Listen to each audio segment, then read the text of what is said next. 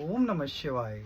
आज मैं आप लोगों को भविष्यफल 2026 में जो मेष राशि वालों के साथ जो भी उनके साथ होगा या उनको उपलब्धियां प्राप्त होगी उसके बारे में एक डिटेल जानकारी देना चाहता हूं कि मेष राशि वालों का 2026 में कैसा राशिफल रहने वाला है। तो वर्ष की शुरुआत में कुछ धीमी या चुनौतीपूर्ण आपके लिए हो सकती है। विशेषकर फरवरी और मार्च के महीने के टाइम जो आपके खर्च है वो बढ़ सकता है और आपके स्वास्थ्य में भी थोड़ी गिरावट आ सकती है। लेकिन छठे महीने के बाद जो मध्य है उससे लेकर अंत तक आपको प्रगति के काफ़ी अवसर मिलेंगे और सफलता के भी आपको बहुत अच्छे संकेत मिलेंगे।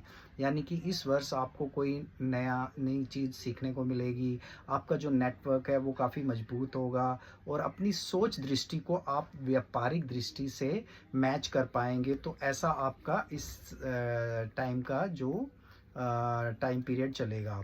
कैरियर और व्यवसाय से संबंधित अगर हम देखते हैं तो शुरुआत में आपके कैरियर और व्यवसाय में कुछ रुकावटें और कुछ विलंब हो सकते हैं।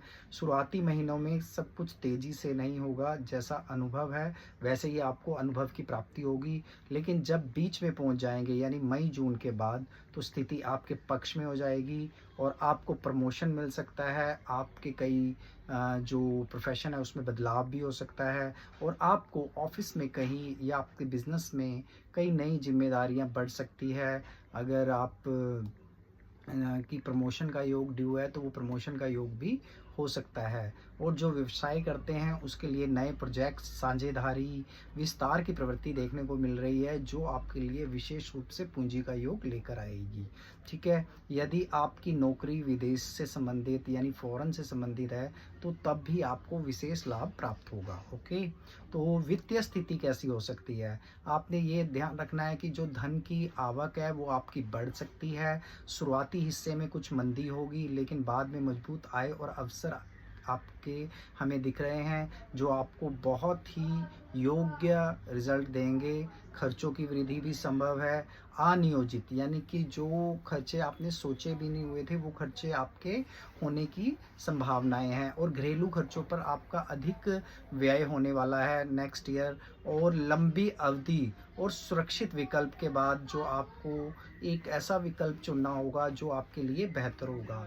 आपके परिवार और प्रेम जीवन के बारे में अगर बताएं तो आपके प्रेम संबंधों और पारिवारिक वातावरण में शुरुआती हिस्सों में आपको सुख प्राप्त होगा, सुगम होगा, आपकी समझ भी बढ़ेगी। लेकिन कुछ मार्च अप्रैल के बाद आपके रिश्तों में टकराव, भावनात्मक अस्थिरता हो सकती है, खासकर अगर आपके बोलने के कारण। तो इसलिए आप किसी से भी कटु वचन में बात ना करें और आप अपने परिवार में सुख शांति बनाए रखें। स्वास्थ्य के तौर से अगर हम देखें तो स्वास्थ्य के मामले में शुरुआत में थोड़ी बहुत सावधानी मांग सकती है, परंतु आपकी जो पुरानी शिकायतें हैं वो उभर सकती हैं और आपको दुविधा में डाल सकती है।